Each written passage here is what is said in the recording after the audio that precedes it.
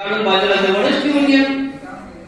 सर्व भाविकांसाठी सूचना आहे, आपल्या समोर पूजेचं ताट आहे, त्यामध्ये श्री गणेशाची मूर्ती आहे। पूजा करण्यासाठी ती सरळ करून घ्या। ज्यांनी यंत्र आणि टाक विकत आणलेला आहे अशा भाविकांनी प्लास्टिकच्या पिशवीतून काढून ते ताटात पूजेसाठी ठेवा। आपली पूजा आटोपल्यानंतर आपले यंत्र आणि टाक आपण आठवणीने घरी घेऊन जायचंय।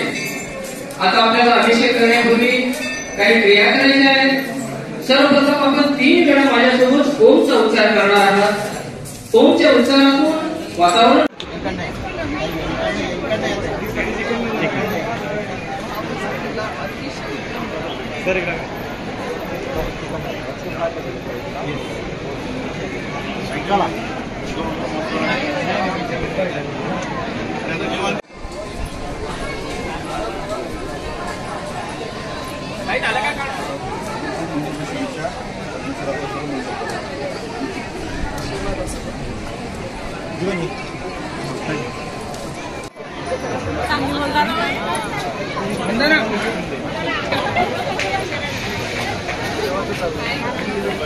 चला दादा इकडे चला चला चला चला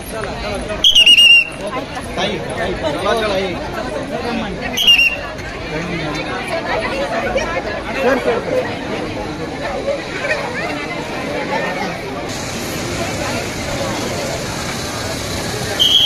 चला चला चला बस बस 100 रुपये किलो 100 रुपये चला ठीक